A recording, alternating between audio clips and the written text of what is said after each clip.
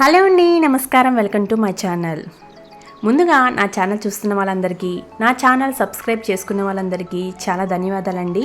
ఎవరైతే నా channel subscribe చేసుకోలేదో please దయచేసి సబ్స్క్రైబ్ చేసుకోండి. ఇలాంటి మరికొన్ని ఇంట్రెస్టింగ్ వీడియోస్తో నేను మీ ముందు ఉంటాను. లాలీ లాలీ లాలీ లాలీ వటపత్ర సాయికి వరహాల లాలీ. ఏంటి సడన్గా పాట పాడుతోంది తిను అని అనుకుంటున్నారా? ఏం లేదండి, ఈ పాట తెలియని వాళ్ళు ఎవరూ లేరు. కాకపోతే ఈ పాట విన్న వాళ్ళందరూ వటపత్ర సాయి అంటే సాయిబాబాకు ఉన్న పేరా అని అడుగుతారు. చిన్నపిల్లలు కూడా వటపత్ర సాయి అంటే ఏంటో అని అడుగుతారు. కానీ వటపత్ర సాయి అంటే సాయిబాబాకు ఉన్న పేరా అని అంటే కనుక మీరు పప్పులో కాలేసినట్టే. దీని గురించి ఒక పెద్ద కథే ఉంది. ఆ కథ ఏంటో తెలుసుకుందామా? వటపత్ర సాయి అనగా మర్రి ఆకు మీద శయనించిన దేవుడు అని అర్థం.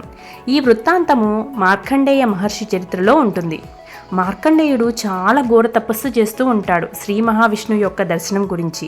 అయితే అది తెలుసుకున్న ఇంద్రుడు ఆ వ్రతాన్ని, ఆ తపస్సుని ఎలాగైనా చెడగొట్టాలని చెప్పేసి అప్సరసలని అతని దగ్గరికి పంపిస్తారు. అయితే వారి నాట్య హొయలకు మార్కండేయుడు చలించలేదు. చలించని మార్కండేయుడికి శ్రీ మహావిష్ణువు ప్రత్యక్షమై ఏం వరం కావాలో కోరుకో అనగా, నీ మాయను చూడాలని ఉంది అని అడుగుతాడు. ఆ తర్వాత కొన్ని రోజులకి ప్రచండ గాలి, ధారపాత వర్షము విపరీతంగా వచ్చి సముద్రాలు పొంగాయి. నీటితో సమస్తం మునిగిపోయింది. మార్కండేయుడు మోహశోకాలతో విష్ణుమాయతో నీటిపై జీవించాడు. అలా తిరుగుతున్న అతనికి ఒకచోట మర్రి ఆకుపై శయనిస్తున్న బాలుడు కనిపించాడు. చేతివేళ్లతో కాలిని పట్టుకొని నోట ఉంచుకొని చీకుతూ కనిపిస్తూ ఉంటాడు. అతడే వటపత్ర సాయి. శ్రీ మహావిష్ణువు ఆదేశంతో మర్రి ఆకుపైనున్న వటపత్ర సాయి కడుపులోకెళ్ళి చూస్తాడు. నీట మునిగిన సమస్త భూమి ప్రాణికోటి కనిపిస్తుంది.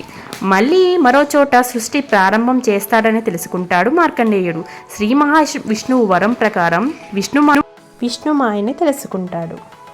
వటపత్ర సాయి అనగా ఇదండి కథ వృత్తాంతము. Please subscribe my channel. Thank you so much అండి.